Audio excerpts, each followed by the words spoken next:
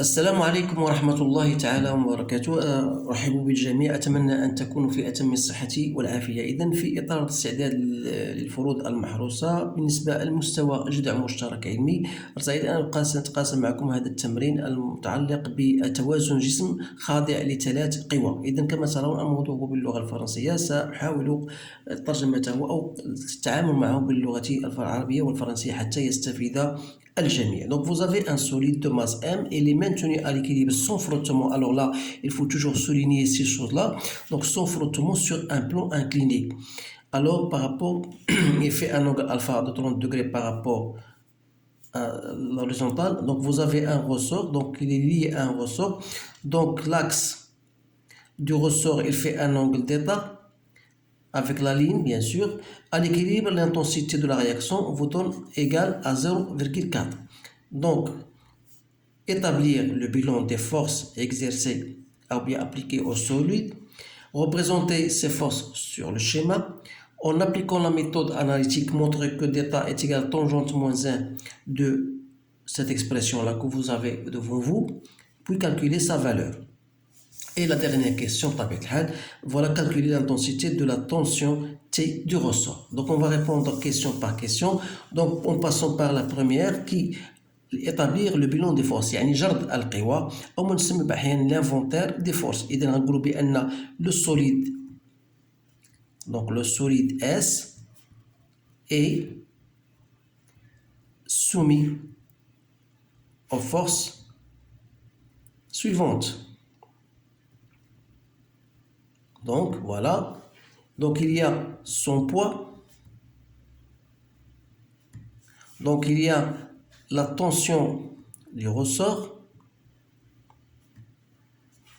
donc la tension du ressort que je représente par T, donc le poids c'est P, et finalement il y a la réaction, donc il y a réaction due à de plan incliné, donc la réaction du plan incliné, que je note R. Donc voilà les trois forces, bien sûr, le bilan des trois forces.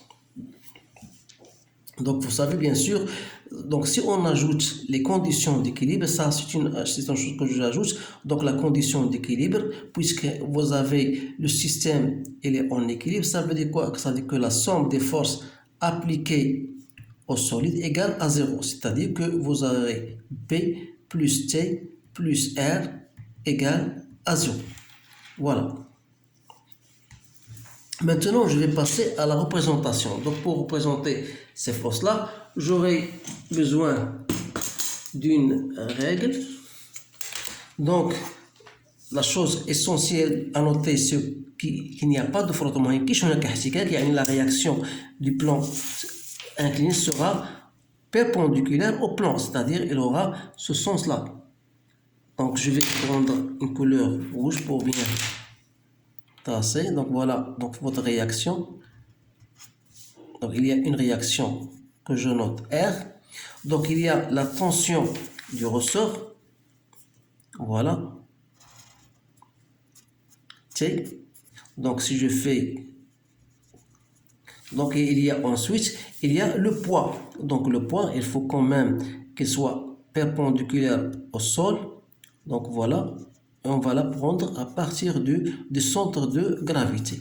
Alors, il y a une chose essentielle, c'est que les trois forces sont coplanaires, c'est-à-dire qu'ils se trouvent dans le même plan et ils se coupent en un seul point. يعني أن القوى الثلاث فهي أولا استوائية، أي توجد في نفس المستوى وتتقاسم أو تتقاطع فيما بينها في نقطة معينة اللي هي هذه كما ترون في الشكل. Idem, en appliquant la méthode analytique.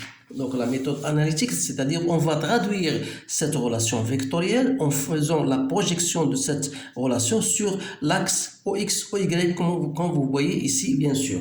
Alors, donc si je fais la projection sur l'axe OX, c'est-à-dire OI, j'aurai la projection de T, c'est T cosinus de θ. Voilà. T cosinus de θ. La projection de R, elle est perpendiculaire à l'axe des X, donc sa projection est nulle. Donc il reste la projection du poids. Donc le poids, bien sûr, vous avez ici un PY et vous avez ici un Px, c'est-à-dire que le poids est dans ce cas et dans le sens contraire, c'est-à-dire sachant que cet angle est bien alpha, donc ici c'est alpha, donc la projection c'est donc moins mg sinus de alpha. donc هذه الامور هذه خصكم تستوعبوها مزيان لانها مهمه. donc la projection sur l'axe OY cette fois-ci, j'aurai moins mg cos de alpha لان la projection du poids غتكون سالبه لان في اتجاه معاكس ل OY.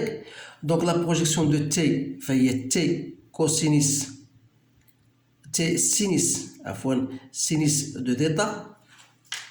donc la projection de R plus R égale à 0. Et si je regroupe les relations, je l'appelle la relation 1 et 2, c'est-à-dire j'aurai T sinus de θ, c'est-à-dire la relation 2, égale à quoi? Est égal à mg cosinus de alpha moins R. alors que la relation 1 va t'atteindre T cosinus de θ égale à mg sinus de alpha. alors si je fais la relation 2 que je divise par 1, ça t'atteindra sinus de θ sur cos de θ هو tangente de θ. donc غنسامبليفي m مع mg مع g غتبقى غير pardon, je n'ai pas le droit de simplifier, donc je dois le laisser mg. Voilà, mg cosinus de alpha moins R que je divise par mg sinus de alpha. C'est bien ça. وبالتالي donc θ, ça sera la fonction réciproque, c'est-à-dire tangente moins 1 de tout ça. donc c'est mg cos de alpha moins R que je divise par mg sinus de alpha. Voilà. Et dans l'application numérique, c'est-à-dire que θ égale tangente moins 1. donc vous allez remplacer mg par sa valeur, c'est-à-dire cosinus de 30 degrés moins 0,4 que je divise par 0,5. alors c'est-à-dire c'est tangente moins 1 de 0,932. donc si vous faites votre application numérique tangente moins 1, donc ça vous donne l'angle 43 degrés, à peu près 43 degrés. donc voilà l'angle d'Θ. alors اذا اش بقى لنا دابا غادي نحاولوا نقلبوا على l'intensité T. donc l'intensité T نقدروا ناخذوها من l'une de ces deux expressions ou bien de relations, c'est-à-dire donc T, on a T cosinus de θ égale à mg sinus de alpha من خلال العلاقة هذه أمامكم. يعني alors T n'est autre que mg sinus de alpha que je divise par cosinus de θ. alors si je fais application numérique, c'est-à-dire que T égale à 0,5 sur cosinus de 42,3, donc je trouve 0,68 newton. donc voilà la réponse finale de cet exercice. إذا أتمنى أن يكون هذا التفسير واضحا للجميع حتى يستفيد منه الكل كذلك. إذا ربما في الحلقات المقبلة أو في السيونس بروشين سأطرح بعض المسائل الأخرى اللي هي أو بعض التمارين المهمة في هذا الشأن اللي هي كذلك وجدت بأنها مهمة جدا، ولهذا سأقترحها إن شاء الله في الحصص المقبلة بحول الله وبركاته. إذن أستودعكم الله، أتمنى لكم حظا سعيدا، والسلام عليكم ورحمة الله تعالى وبركاته.